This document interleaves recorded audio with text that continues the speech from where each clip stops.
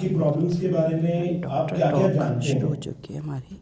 कोई भी बता सकता है मैक्स इसके में बारे में? डॉक्टर हार्ट पुलिस की राणा जी प्रॉब्लम आए का हैं, मतलब क्या जानते कार्डियोलॉजिस्ट। हैं? देखिए,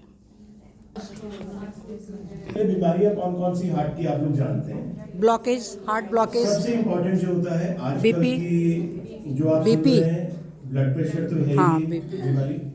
हार्ट अटैक, हार्ट अटैक बहुत ज़्यादा है। ब्लड प्रेशर से आदमी इतना घबराता नहीं है, लेकिन हार्ट अटैक का नाम सुनते ही आजकल आपने देखा होगा मीडिया के थ्रू या अपने किसी दोस्त यार या रिश्तेदारों में यंग पेशेंट्स में ही हार्ट अटैक हो रहे हैं, जो कि हम पहले सुनते थे कि 65 या 70 से उम्र अगर ज़्यादा है तभी हार्ट की प्रॉब्लम होती थी, लेकिन आजकल ये प्रॉब्लम बहुत ही यंग एज में हो रही है। तो सबसे पहले मैं बताना चाहूँगा कि हार्ट की प्रॉब्लम या हार्ट अटैक होता कैसे है। हार्ट एक बॉडी का ऐसा मसल है जो कि 1 मिनट भी रेस्ट नहीं करता है। बाकी ऑर्गन्स हैं जैसे बॉडी की मसल्स हैं, हाथ की या पैर की, या अगर अंदर आप देखें डाइजेशन की मसल्स हैं जिसे आंतड़ियाँ बोलते हैं, ये सब अगर आप खाना नहीं खा रहे हैं तो वो रेस्ट करते हैं। अगर आप चल नहीं रहे हैं तो आपकी पैर की मसल्स रेस्ट करेंगी, हाथ से कोई काम नहीं कर रहे हैं, सो रहे हैं, तो पूरी बॉडी की बाकी मसल्स आपकी रेस्ट कर सकती हैं। लेकिन हार्ट 1 मिनट 1 सेकंड के लिए भी बंद नहीं होता है। वो जब तक आपकी लाइफ है, जब तक कोई इंसान जब तक जीवित है, वो हमेशा चलता रहता है। इसलिए हार्ट को इतना काम करने के लिए उसको खुद की ब्लड सप्लाई भी चाहिए, जो हार्ट की मसल को सप्लाई करती है, जिसे हम मेडिकल टर्म में कॉर्नरी आर्टरी बोलते हैं। और इसमें ब्लॉकेज को जो बोलते हैं वो है कॉर्नरी आर्टरी डिसीज। जब ये कॉर्नरी आर्टरी डिसीज होता है, ये होता कैसे है? आप सबने सुना होगा आर्टरीज में ब्लॉकेज, जो एंजियोग्राफी के द्वारा पता चलता है। ये धीरे धीरे शुरू होता है, एक दिन में नहीं होता है। ये आप देखेंगे किसी भी इंसान में ये 10-12 साल की एज से ही शुरू हो जाता है। अगर किसी की फैमिली हिस्ट्री है हार्ट प्रॉब्लम की, तो ये प्रॉब्लम 10-12 साल से ही शुरू हो जाती है। जब ये हार्ट की मसल जिसे कॉर्नरी आर्टरी बोलते हैं, इसमें 100% ब्लॉकेज हो जाता है तो हार्ट अटैक होता है। अगर उससे थोड़ा कम ब्लॉकेज है तो आपने सुना होगा, जैसे माता जी ने बताया, कि चलने में सांस फूलना या चलने में छाती में भारीपन होना।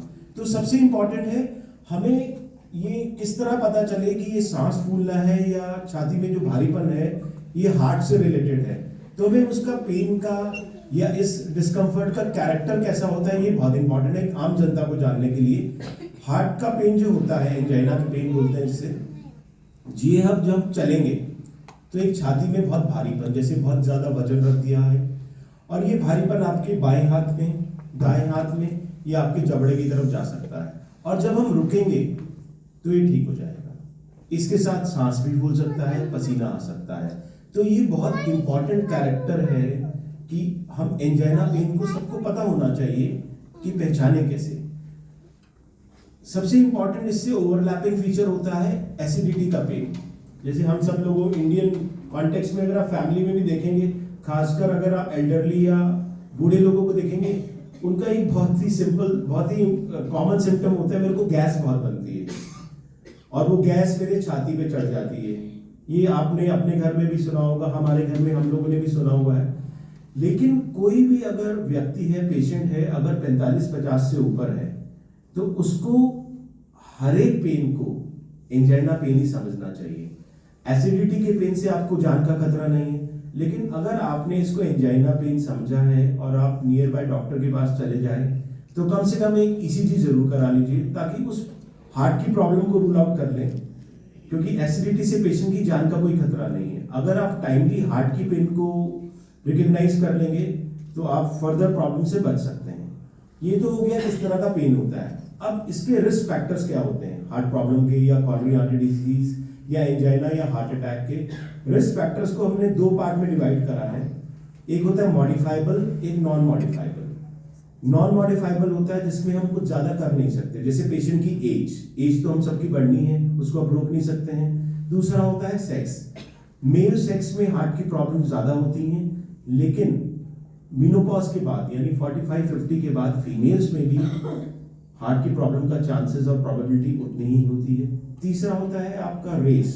जैसे हम एशियंस लोग हैं, खासकर साउथ ईस्ट एशियन लोगों में क्या है कि हम लोगों में प्रोबेबिलिटी हार्ट प्रॉब्लम की बहुत ज्यादा है इन कंपैरिजन टू जो वेस्टर्न वर्ल्ड के लोग हैं, जैसे यूरोप के हैं, अमेरिका के हैं।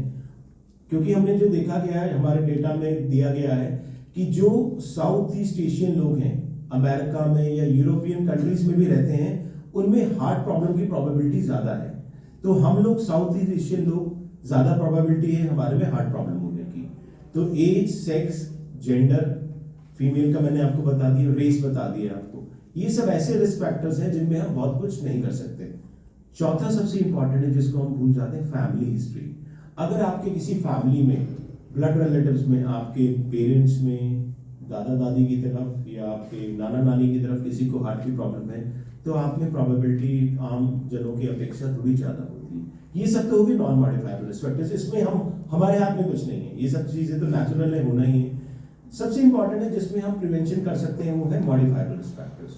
मॉडिफाइबल रिस्क फैक्टर्स जो हार्ट प्रॉब्लम करते हैं वो है blood pressure, sugar, lack of physical activity यानी एक्सरसाइज ना करना, ओवरवेट यानी ओबेसिटी, और स्मोकिंग और अल्कोहल। ये 5-6 रिस्क फैक्टर्स हैं जिनको हम टाइमली या तो गलत हैबिट्स को छोड़ के, या ये जो प्रॉब्लम्स हैं लाइक ब्लड प्रेशर, डायबिटीज, इनकी टाइमली डॉक्टर को दिखा के, परहेज करके या दवाइयों से इनमें हम हार्ट की प्रॉब्लम को प्रिवेंट कर सकते हैं। सबसे इंपॉर्टेंट रिस्क फैक्टर्स, क्योंकि ब्लड प्रेशर, डायबिटीज सबको पता है। ब्लड प्रेशर का एक जो वैल्यू हम लेते हैं किसी भी एज ग्रुप में 140/90 यानी 140/90 से नीचे बीपी होना चाहिए। पहले थोड़ा सा कॉन्सेप्ट था, हम आप लोगों ने भी सुना होगा कि ओल्ड एज में हम एज प्लस 100 ऐड कर देते थे। जैसे किसी का एज 165 है तो हम बोलते थे 100